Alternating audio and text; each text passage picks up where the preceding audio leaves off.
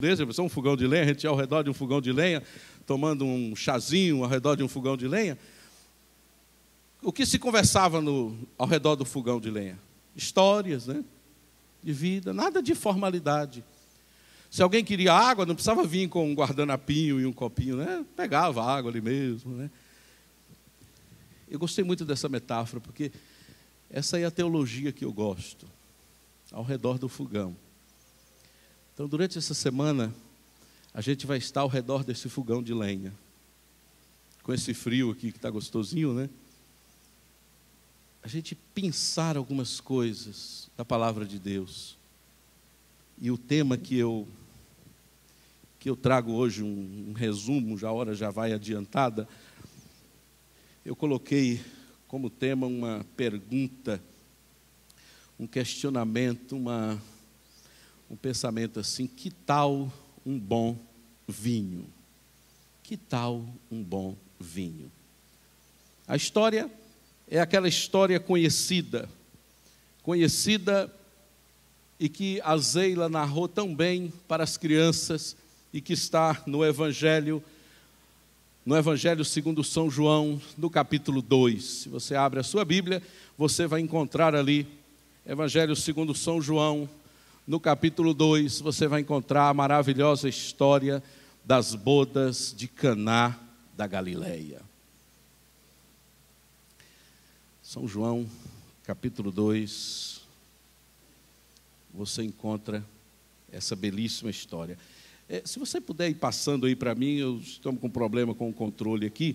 São João, capítulo 2, eu não vou ler a história toda, você lembra muito bem, a Zeila narrava que Jesus está naquela festa e acaba o vinho. E a essência, né, do que a gente pode pensar nessa manhã assim: acaba o vinho na festa. A festa, Jesus estava inaugurando o seu ministério. Que maneira bela de inaugurar o ministério, indo a uma festividade com as pessoas. Símbolo desse Jesus que o tempo todo está junto com pessoas. Junto com pessoas. E a história, você lembra? Acaba o vinho. As festas daquele tempo não eram festas de casamento como hoje, que a gente vai 2 horas depois, volta para casa, 3 horas depois. As festas duravam aí uma semana, envolvia um deslocamento muito grande, todo aquele aparato de festa. Diz a tradição que provavelmente esses noivos eram familiares de Maria, e ali estava Jesus, ali estavam os seus discípulos, caminharam para chegar até aquela pequena vila. Caná era um lugar pequeno, inexpressivo. E aí vem uma pergunta assim: o que importa isso, ter acabado o vinho numa festa? Eu não sei se você já parou para pensar desse jeito. O que importa isso? Acabou o vinho numa festa. Não vai acontecer a Terceira Guerra Mundial por conta disso. Não vai levar à sepultura dezenas de milhares de pessoas. O que importa é isso? Qual é a importância? Porque, se você observa, eu dizia, Caná da Galileia era um lugar pequeno, inexpressivo. As pessoas envolvidas nessa festa eram pessoas simples. Simples. A resposta a essa pergunta é uma resposta muito simples. Que importância tem isso, o fato de ter acabado o vinho? É que Jesus se importa com pessoas. Amém por isso? Jesus se importa com pessoas. Por isso, ele pôde estar ali naquela festa e envolver-se na situação daqueles noivos. Ele se importa com pessoas. Bom, o que quer dizer isso para a gente? O que quer dizer isso para você especificamente? Esse Jesus que se importa com a gente. Esse Jesus que quer o nosso bem-estar. Então, o fato de ter acabado o vinho numa festa não poderia girar em nada. Mas o seu ministério foi marcado por isso, pelo convívio. Convive com pessoas, convive com gente.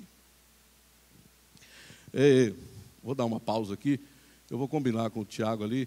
Filho, toda vez que eu botar, botar a mão na cabeça, vamos combinar uma senha aqui, porque eu estou sem o controle, né? Senão você passa lá na hora que eu não quero, tá bom? Então, quando eu botar a mão no óculos assim, você passa, tá bom? Interessante, quando não tinha o controle, era assim que a gente fazia, né? Com o Jairo, o Rosalvo aqui. Ó. Hoje tem todos os controles, às vezes não funcionam e não tem problema não funcionar. Jesus se importa com você. Amém por isso? Essas verdades simples, elas precisam fazer aquilo que Paulo dizia: o amor de Cristo nos constrange. Causa um constrangimento de a gente parar e perguntar: meu Deus, que coisa fantástica, Ele se importa comigo, se importa com as minhas necessidades. Você já parou para pensar que Jesus, Ele nunca escondeu a sua necessidade de conviver com as pessoas? Aquele ali, para aquelas pessoas, era um problema real. A gente olha com o afastamento da história e pode não ter importância nenhuma isso, mas para aquelas pessoas era um problema real. E sabe que a gente vai aprendendo cada vez mais assim, olha, nunca minimize o problema de alguém. Porque para você pode não ter dimensão nenhuma, importância nenhuma o problema do outro. O outro sabe, lembra daquela frase? Cada um sabe onde o sapato aperta. Para eles era um problema real. Pela tradição, a deselegância que significava deixar faltar comida ou bebida numa festa era uma coisa... Por quê? É diferente de hoje. Se você for a uma festa e acabar a comida, você passa num lanchonete qualquer e pode comer. E naquele tempo, com 7 dias de festa? Imagine os gordos naquele lugar. Né? Faltar comida para um gordo, pronto. Aí era um problema real para eles. Por isso Jesus se envolve. Porque se envolve com a gente. Porque quando o seu amor é derramado sobre nós, é maravilhoso quando a gente reconhece isso e sente o poder disso na nossa vida. O problema deles era real. O problema que nós passamos também é real. Pelas coisas que fazemos, pelos sofrimentos que temos, pelas tristezas. Então, esse faltar vinho é uma metáfora da vida. Uma metáfora da nossa vida. As histórias que estão na Bíblia, quando a gente pega... É claro que a Bíblia não pode ser lida somente desse jeito, mas quando a gente pega isso e transforma para a vida da gente, isso é uma metáfora de nossa vida. O que é que Jesus fez no início do seu ministério? Ele serve ao ser humano o melhor vinho que podia existir. O melhor vinho. A ponto de deixar os convidados ali... Puxa vida, que coisa fantástica esse vinho. Essa é uma metáfora da existência do Jesus que nos serve o melhor vinho. De que era símbolo o vinho? Abra sua Bíblia lá no Salmo 104. Perceba o que é o vinho. Não vamos entrar aqui em nenhum questionamento de vinho, de suco de uva. Apenas tente conectar-se com a beleza dessa dimensão do vinho aqui, servido por Jesus. No Salmo 104, versículo 15. Olha só que coisa extraordinária isso aqui. Salmo 104, versículo 15. A terra produz o vinho, que alegra o coração do homem, o azeite que serve para cuidar da pele, o pão que dá forças para viver. Olha que coisa linda. O vinho, a Bíblia recomenda, o salmista fala, o Salomão fala, né, não sejas dado ao vinho e tudo mais.